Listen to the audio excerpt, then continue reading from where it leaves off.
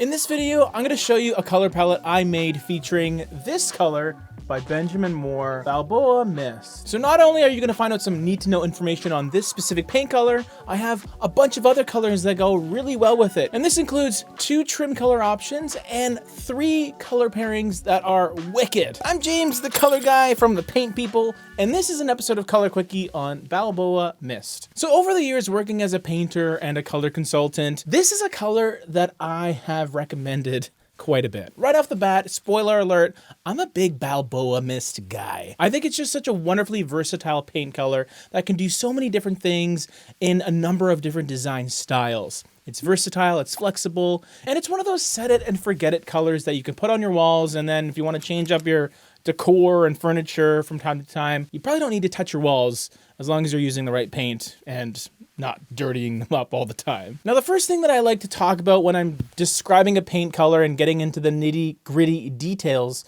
is go through the LRV, or the light reflectance value. And that's a 0 to 100% of light that a color reflects, which really just translates to how light or dark it is from 0 to 100. Balboa Mist, according to Benjamin Moore, I mean, they made the color, so they should know, it's around a 65 LRV. So that's like a 65 out of 100 lightness score. 65% of the light that hits it, you could classify it as a really light mid-tone, or it's just kind of a light color. That's kind of the way I would put it. And for a lot of people, this is the range that you'll probably want to be working in with your interior paint projects, especially as a main color, a color that you want to use all throughout your home or in the large parts of your home. I find colors in the 60s in general are great. They're going to reflect a lot of light. They're going to make the space feel nice and airy. And Balboa Mist does that without sacrificing actual color. It has a little bit of depth. And it is one of those grayish colors that combines a bit of gray with a warm beige sort of color cast through it. And I think this is another reason it's so versatile, because whether you're into beiges or grays, cool neutrals, warm neutrals, cool colors or warm colors in general, whatever the case may be, Balboa Mist really does a great job at sort of connecting any of those types of colors all together. Which is why it is one of my #1 recommendations for a main color in palette inside. Outside, a little bit different. I still think it's a wonderful color for the outside of your home if you want something lighter, but it will look a lot lighter when used outside. So if I've done a good job at convincing you that this is a color you might want to use, what are some trim color options that would go with it? So I have 2 for you, like in every episode of Color Quickie, Super White being my #1 choice for sure, for actually a lot of projects. But this is my go-to clean white. It isn't the brightest white, but it is fairly bright and stark.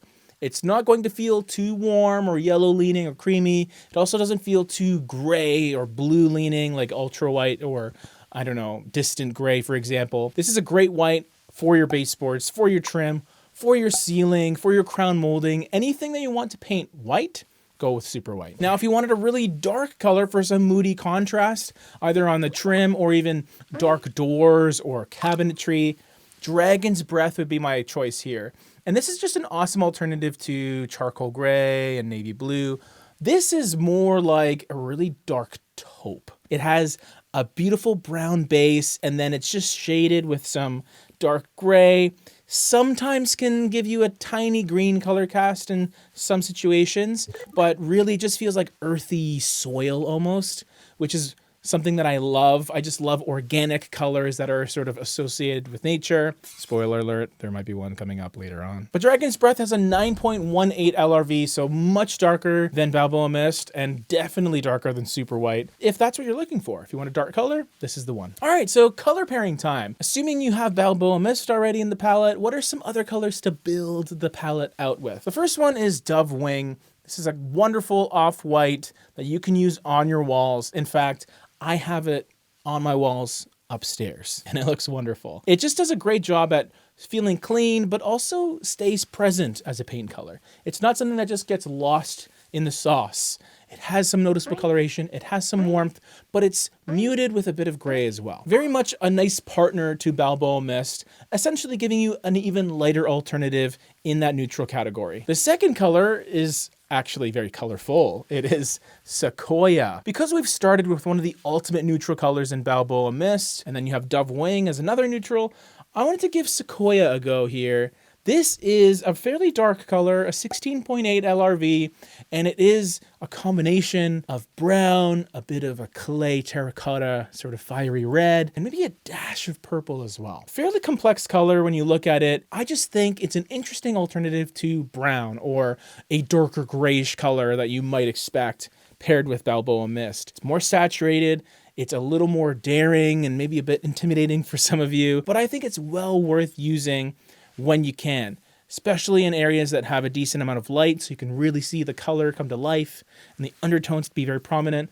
Beautiful color. And then we have Backwoods as the third color. This one is just beautifully rich. It is a wonderfully vibrant green. And this has a similar level of depth to Sequoia for a good reason. They're essentially co-accent colors in this palette, which means there might be one room where you want to feature Sequoia a little bit more, and then in another room, you might want to feature Backwoods. When you combine them, because they are complementary, because you have red and green sort of working in tandem, it can be a little bit jarring if you use both of them a lot in the same space. Just think of the balance being like this. You want one color to be like the 80% and then the other to be 20%. Just those two colors specifically, because they are so dynamic and charged. Sequoia, Backwoods, go with one or the other in the palette. And if you do want to pair them together, just make sure one is the dominant and one is the not so dominant. Here's the palette all together. Please let me know what you think. And if you haven't checked out our Patreon, we have exclusive content for you there every single Sunday. And if you become a Prime member, you get your own personalized mini color quickie from me every 3 months. Link in the description down below. Thank you so much to all my Patreon supporters already signed up. We got another video right over here.